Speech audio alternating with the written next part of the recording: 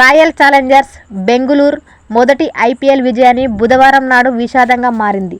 Chinnaswamy stadium వెలుమల తొక్కిసలాట జరగడంతో 11 మంది మరణించగా మరో 33 మంది గాయపడ్డారు.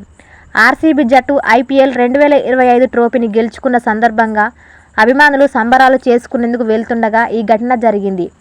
ఈ ఘటనపై ముఖ్యమంత్రి సిద్ధరామయ్య ఒక పత్రికా సమావేశంలో పూర్తి వివరాలు వెల్లడించారు. కర్ణాటక ముఖ్యమంత్రి సిద్ధరామయ్య మాట్లాడుతూ తొక్కిసలాటలో 11 మంది మరణించారు, 33 మంది గాయపడ్డారు. ఈ విషాదం జరగకూడదు. ప్రభుత్వం ఈ ఘటనపై తీవ్ర దిగ్భ్రాంతిని వ్యక్తం చేస్తోంది. మృతుల కుటుంబాలకు ప్రభుత్వం 10 లక్షల రూపాయల నష్టపరిహారం ప్రకటించింది.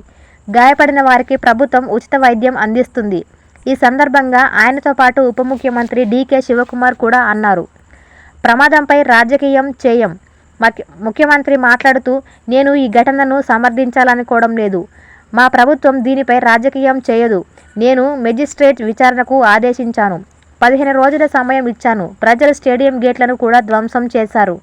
తొక్కిసలాట జరిగింది. ఇంత పెద్ద సంఖ్యలో ప్రజలు వస్తారని ఎవరు ఊహించలేరు. స్టేడియం సామర్థ్యం కేవలం 35,000 మంది మాత్రమే. కానీ 2 నుంచి 3 లక్షల మంది వచ్చారు. ఎంతమంది మరణించినట్లు నిర్ధారించారు. 2 మృతదేహాలు బోరింగ్ ఆసుపత్రిలో, మరో 4 వైదేహి ఆసుపత్రిలో ఉన్నాయని అధికారులు ధృవీకరించారు.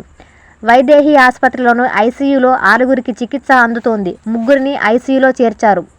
బోరింగ్ ఆసుపత్రిలో ఉన్న మృతదేహాల్లో దివ్యాంశి, దియా, శ్రవణ్ గుర్తు తెలియని వ్యక్తుల మృతదేహాలు ఉన్నాయి. వైదేహి ఆసుపత్రిలో భూమిక్, సహనా, ఒక 20 ఏళ్ల వ్యక్తి, ఒక 35 ఏళ్ల గుర్తు తెలియని మృతదేహాలు ఉన్నాయి. అయితే 12 మంది గాయపడిన వారికి చికిత్స అందుతోంది. మణిపల్ హాస్పిటల్లో చేరిన చిన్మయి మరణించింది. అయితే 6 చికిత్స అందుతోంది.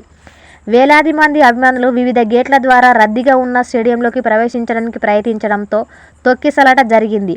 ఘటనా స్థలంలో ఉన్న పోలీసులు గాయపడిన వారిని అంబులెన్స్లో సమీపంలోని బోరింగ్ ఆసుపత్రికి తరలించారు.